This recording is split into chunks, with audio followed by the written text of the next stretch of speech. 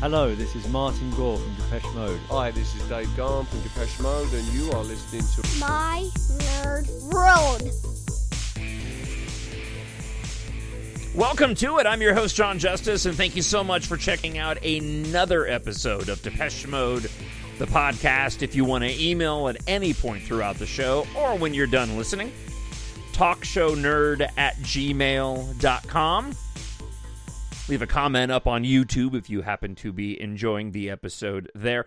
And I want to mention, if you are going to leave negative comments on YouTube, I am going to be quick to delete them. I don't mind criticism at all. What I don't like are individuals who are allegedly Depeche Mode fans and yet for some reason feel the desire to put up these very random, disparaging, irrelevant comments as it relates to the content of the podcast. You know what? I don't have time for it. And again, criticism I'm fine with. However, why anybody who is a Depeche Mode fan would want to go and leave any negative comment on a Depeche Mode podcast, I do not understand. So I'm very quick to go and delete those. I immediately get a notification. I just pop in and remove the comment. So this is me saying to you, don't waste your time. See, I'm trying to do you a bit of a favor. On the show this week, I found this interview from the big ones. I don't know if it's still around anymore. It's a European, an English outlet. Back from 2006, Far Out Magazine had a post out this week. The headline was relating to one of Martin Gore's, one of the songs he dislikes the most. The Depeche Mode song Martin Gore hates the most. I did a quick search this week to find out if there was any news that I had missed throughout the week before sitting down to do the podcast, and I found this article from Far Out Magazine.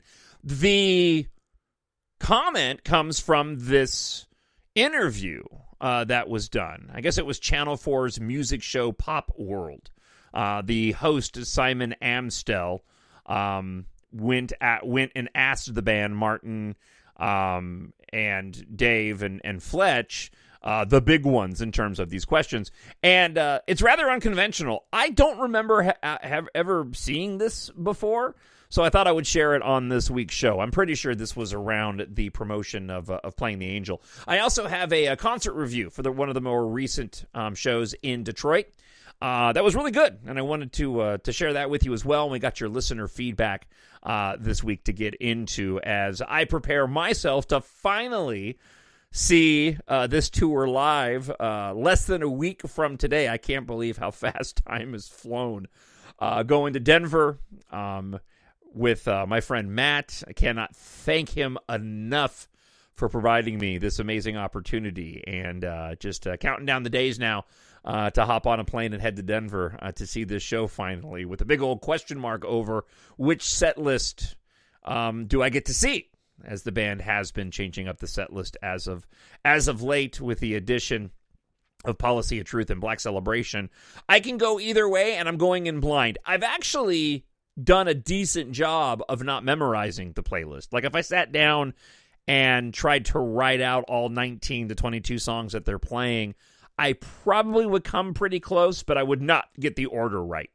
So I've tried to do my best to keep myself as unspoiled as possible. I know most of what the visuals, and I've watched some of the footage online, but I have not spent an abundance of time doing so. What I've basically done is anytime I see a new video and I find myself drawn to a new Memento Mori tour video, I may check out a song, but typically I go and find another concert to go and view. But needless to say, I'm getting really excited for the show next week, and potentially putting together a special podcast with Rob Rome from the Global Depeche fan group after next week, so that we can have a post-concert breakdown. I believe he is in Cleveland seeing the band this week as well. And the Rock and Roll Hall of Fame is doing something special for Depeche Mode fans. They have like an artifact display up at the Rock and Roll Hall of Fame for those that are heading to Cleveland this week to see the show,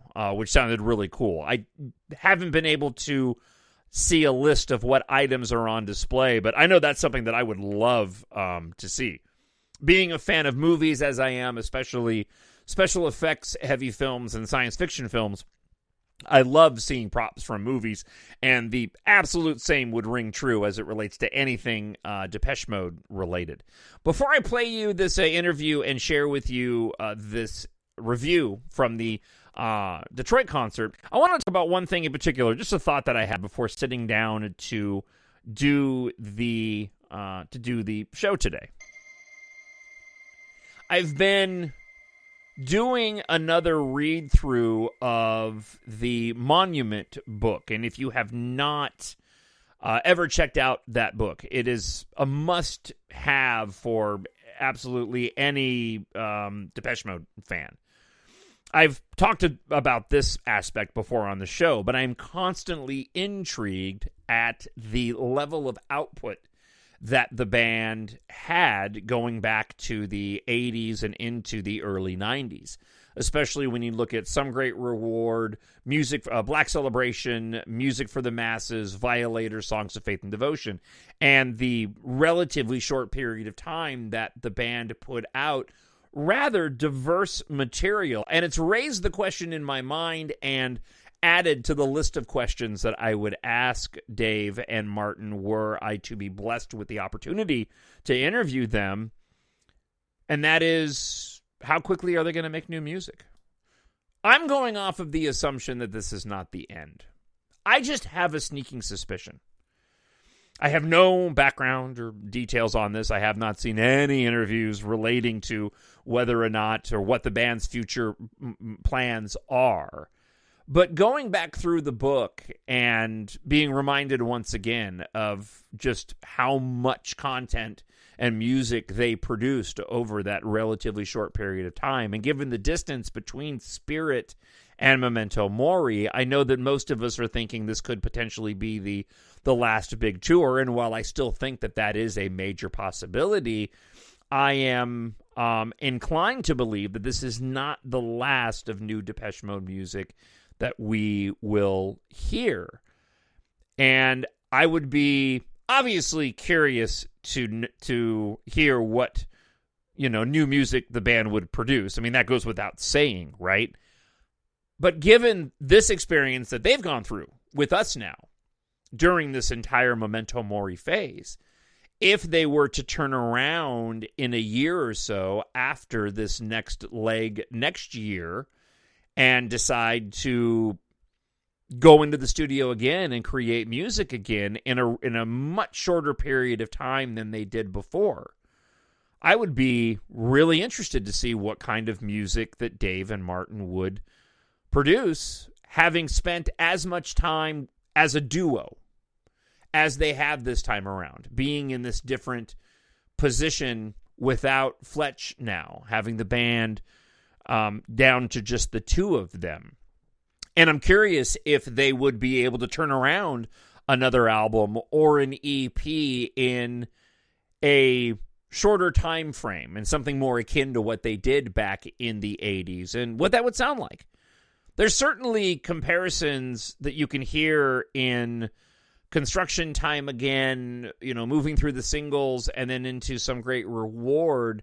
But then when you look at Black Celebration, Music for the Masses, Violator, and Songs of Faith and Devotion, there is a definite thread that runs through those albums.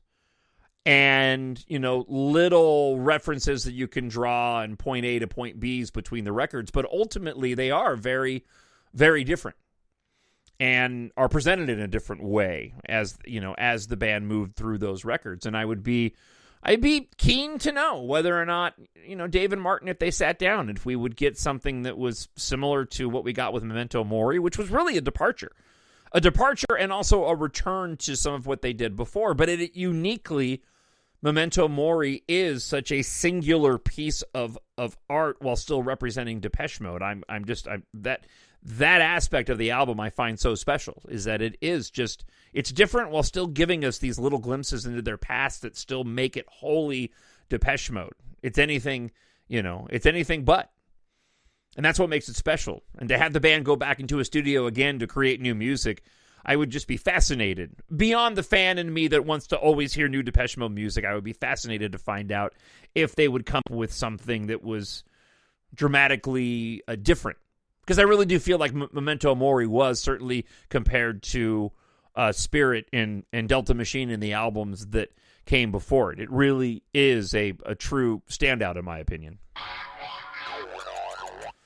All right, let's get into this. As I do before every single show, I hop online, I look to see if there's any news that has broke throughout the week, go to random websites, see what people have posted, and inevitably I find just an outlet I may never have heard before who has put up an article about Depeche Mode, and it catches my eye. And that's exactly what happened this week. Far Out Magazine has an article that came out earlier this week. The Depeche Mode song Martin Gore hates the most. Now, I originally immediately went to It's Called a Heart. Well, it's got to be It's Called a Heart, right? Turns out that's not the case.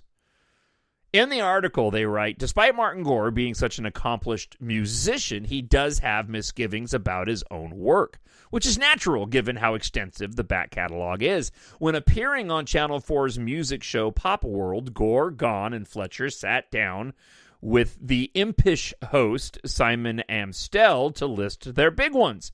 It was during this segment that the group were individually asked what they think is the worst Depeche Mode effort. Now, I'm not going to spoil it. I'll let the interview be played for itself. Unsurprisingly, the song in question is a Vince Clarke composition. I don't recall ever seeing this interview before. Maybe it's just been so long since it came out in 2006 that I don't remember it. But I was genuinely surprised when I watched it. Now, there's a couple of things to note before I play you the interview. It's about 5 minutes long. One is... well, actually, there's one thing of note, okay? The two things would be it's rather unconventional, so expect that. Secondly, Martin Gore, we know, got clean, stopped drinking alcohol. He hadn't when this interview was done. He's wearing sunglasses in the interview. Based off of his response to some of the questions being asked, I'm not so unsure he's not drunk during this interview. Oh, and the other thing that I wanted to mention, there actually were two things I wanted to point out before I played. The other thing was, the answer to some of these questions, very, how do I want to put it? Not politically correct for the current world that we live in. I was rather surprised at his response. I was like, wow, you might have been able to get away with that back in 2006, but you would not be able to get away with that in 2023. You'll know exactly what I'm talking about. I took it with a grain of salt. I certainly wasn't offended by any stretch. I don't think the interviewer was as well. If you want to know what in the world, John, are you talking about? Well, here, listen for yourself. Martin from Depeche Mode, Fletch from Depeche Mode, Dave from Depeche Mode, hello there. Hello. These are your big ones. Good. The big ones. In all your years in show business, who is the most famous person you have rubbed shoulders with? That would probably have to be David Bowie. David Bowie. Oh, that's what Dave said. Gary Lineker. Once I got in a lift with Iggy Pop. Did he give you crisps? He has given us a big box of crisps, so he's very generous on that. What is the best song by Depeche Mode? For me, I think probably Condemnation. World in My Eyes from Violator. And the worst? What's Your Name? What's Your Name? Our first Speak and Spell first album. How did that go? Hey, you're such a pretty boy. Hey, you're such a pretty boy, you're so pretty. P-R-E-T-T-Y. Sounds nice. I question your sexuality. Question. Do you like sushi? Yes, I do. Yes. We could go out for sushi. You are really gay, aren't you? Last time you married someone? Just over 5 years ago. I had to think about that, but I've done it a few times, and this one's for keeps. 14 years ago. Oh, it's going well then. It is, yeah. Last time I married someone was a really big mistake because I'm in the middle of divorce at the moment. How do you keep the spark alive? Webcam, usually. Give her everything she wants, then it's done. You can move in with me. Who really rocks, really hard? I think the White Stripes. What are your top 3 beauty tips? Frownies. Frownies? Things that you put on your head. Don't drink too much. Right. And they stop you looking frowny. Johnson's baby Johnson's talc. Is it baby powder or something? How do you keep your teeth so shiny? I had them done. Oh, really? He did have horrible teeth before, though, so... Right. Yeah. Okay. You could go whiter. You could go whiter than that? You could go whiter. I'm almost blind here. Do you massage your head? Actually, I do, yeah. Could I massage it? Yes. Do you want me to keep doing it? It's quite nice. Lovely. Did you enjoy that? Yes, I did. He did, actually. Last time a major celebrity kissed your wife? That would probably have been David Bowie. Frank Lampard. Oh. Yeah. On the cheek? Yes. Good, good. Did she enjoy it? I didn't really ask her. In which countries are you bigger than Craig David? Pretty much everyone. After 25 years together, is there anybody in your band you still don't really know? No. Probably myself. Oh. Oh, yeah, I know, that was so deep, wasn't it? What's Dave's favourite girl band? I don't know. PJ Harvey. Okay. Is that a girl band? That's what I said. Oh, well, I think she has many personalities. Oh, interesting. Is there anybody in the band you don't really like? No. Even the drunk one? It's that I like the drunk one especially. Yeah. I like to drink, Right. so sometimes I fall off chairs. Favourite French person? That would have to be Serge Gainsbourg. No one. You don't like any of the Don't French like people? the French, no. What about Gerard Depardieu? The name's not familiar. None of them? No. What about Louis Vuitton? I don't carry handbags. What is it about them you don't like? They only take a bath once a week. So That can't be true. It's true, yeah. No. What did you do at school that you got shouted at for? Everything and nothing, it seemed. I couldn't win. Farting in assembly. How did you feel about the Blazing Squad splitting up? I'm still kind of upset. What would you like to be remembered for? No, wearing nice suits. It's a very nice suit. Thanks. Lovely slim fit. Yeah. Is it quite tight on the crotch area? It's a little tight. Yeah, but it's a lovely thing to see. It's a good line. Yeah. Last time you said, quick everybody, hide, Michael Stipe is coming. I haven't done that for a couple of years. But, well, funnily enough, I see him quite a bit because he lives on my street. Do you ever call him Stipe? I usually just call him Mickey. He doesn't really like it, and he completely ignores me. Does he Usually holds his hands like this as well a lot Right. when he's talking to you. I don't know what that's about. He's a very spiritual man. Maybe. Have you met Simon Le Bon? Yes, I have, and he was really rude to me. What did he say? He said to me, he turned and he looked at me and he said, don't tell me, Depeche Mode. Yeah, I like your stuff. Keep it up. And I didn't say anything. How clean is your house? My house is actually very clean. How clean is your horse? I don't have a horse. Dave and Depeche Mode, thank you very much. Thanks. God bless you. Did you enjoy them? Yes, I did. Good. Thank you. I think you're my favourite. Thank you. The one question I thought was rather interesting, Dave kind of dodged it, was, is there anybody in the band you don't know? I thought it was clever when Dave said myself. That being said, knowing what we know in the interviews surrounding Memento Mori and the focus on how, Dave and Martin had to kind of find a friendship, right? I thought that was interesting, going back to that time, obviously, many years ago now. I can't believe 2006 is many years ago now, but it is. But I found that interesting, that one, he dodged it. It was clever. It was a clever dodge, but at the same time, it's been very, it's been widely publicized and mentioned by the band about how Dave and Martin needed to reconnect and find a way to move forward without Fletch being what held the band together. And this is relevant in the beginning of this article that I wanted to share, of this review from the Wednesday night, November 8th, Detroit Little Caesars Arena show.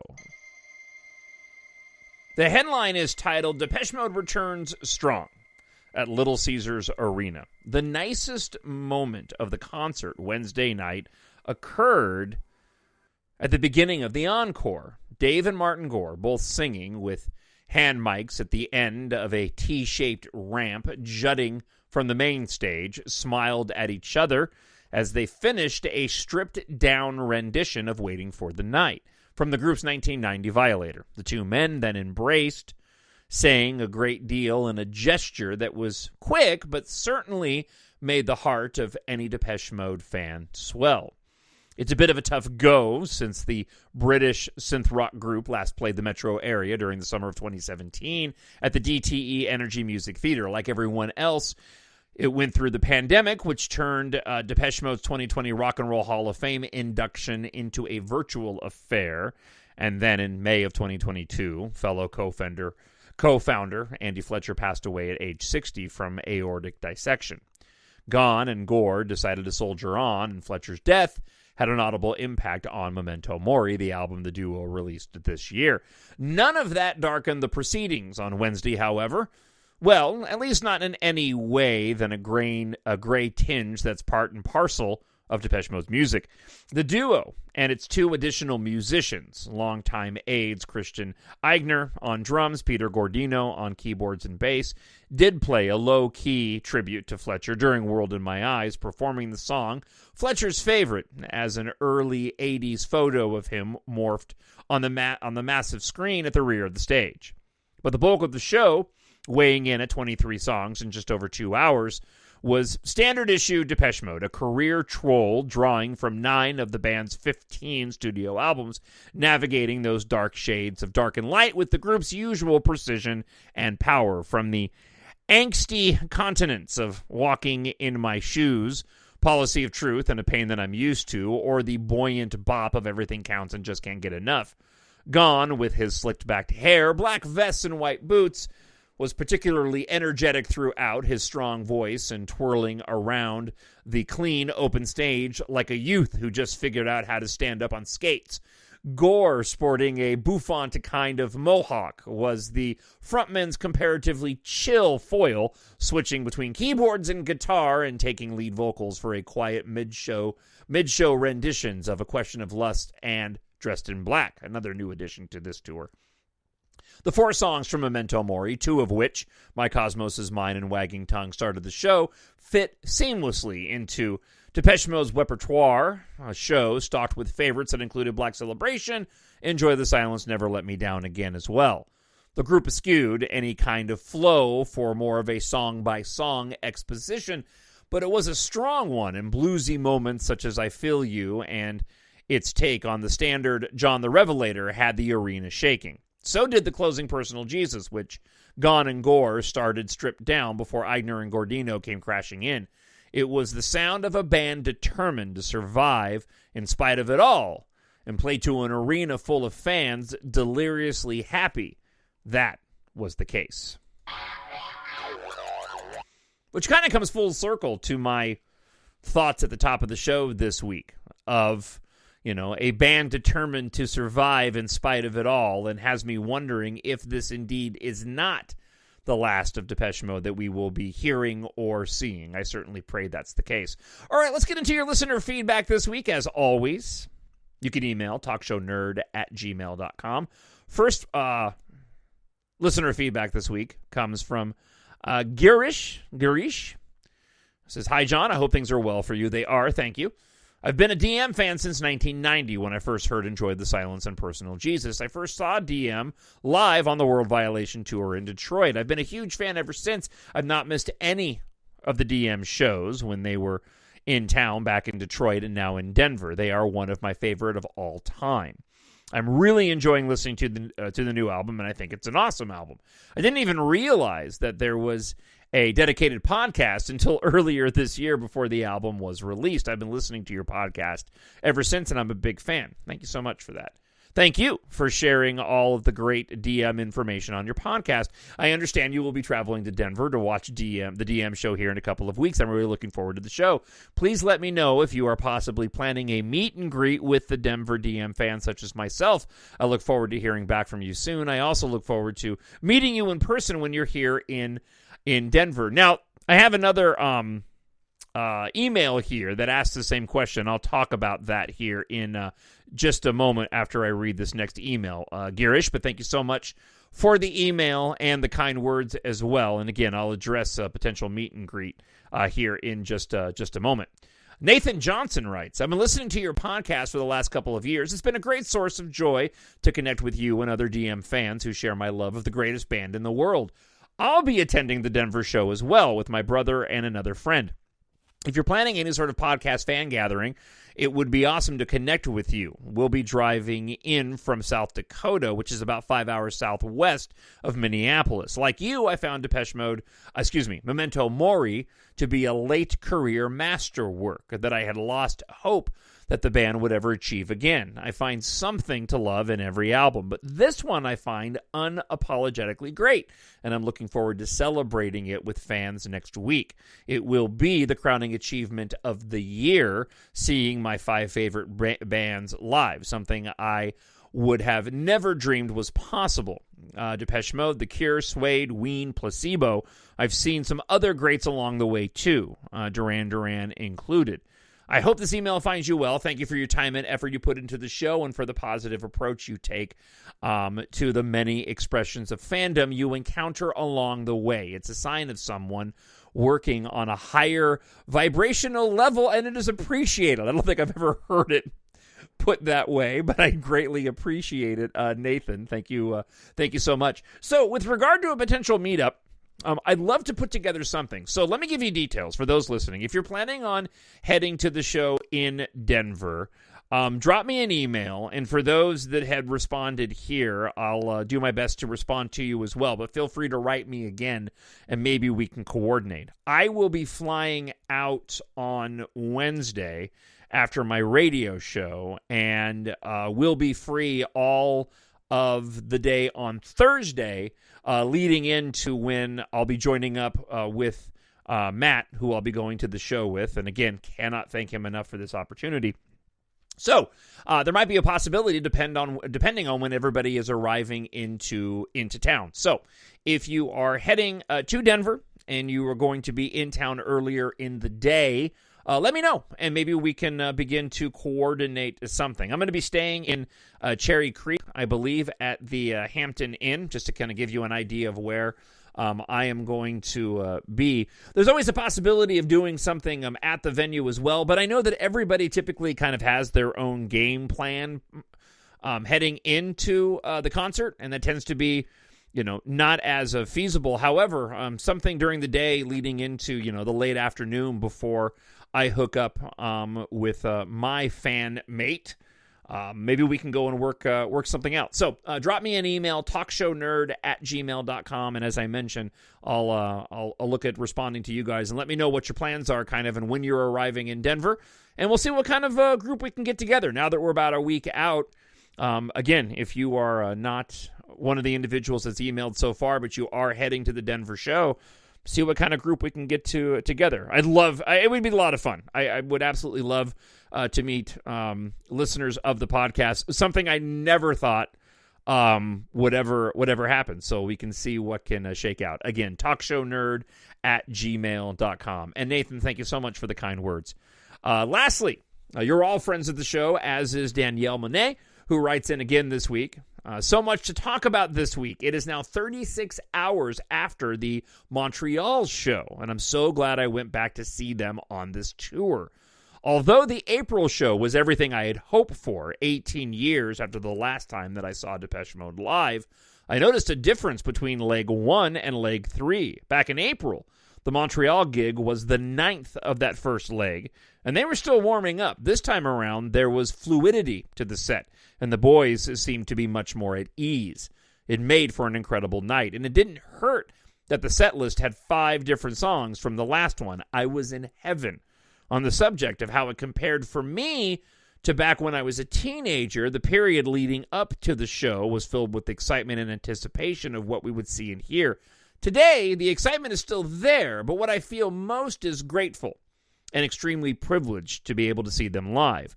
I know not every fan has that opportunity, either financially or geographically, and I took all that for granted when I was a teenager. Amen to that.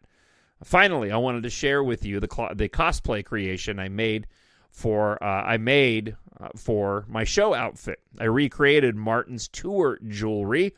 I hope you are well. I am. Until next time, Danielle Monet. Yeah, it's funny because I've seen Martin's necklace pop up on a couple of different places since you, and it might be because I was noticing more.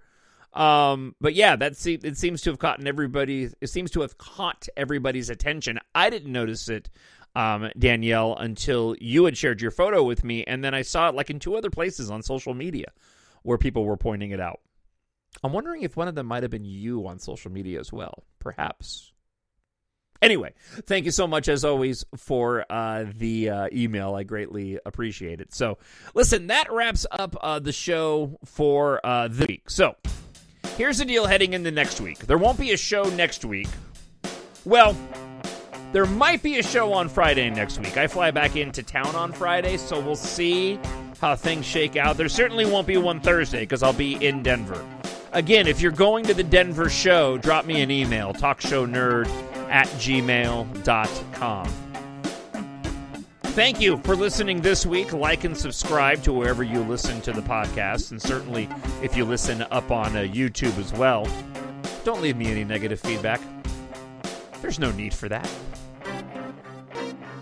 If you want to support my nerd world and Depeche Mode, the podcast, and you read science fiction, I hope you'll check out my science fiction series, EMBARK.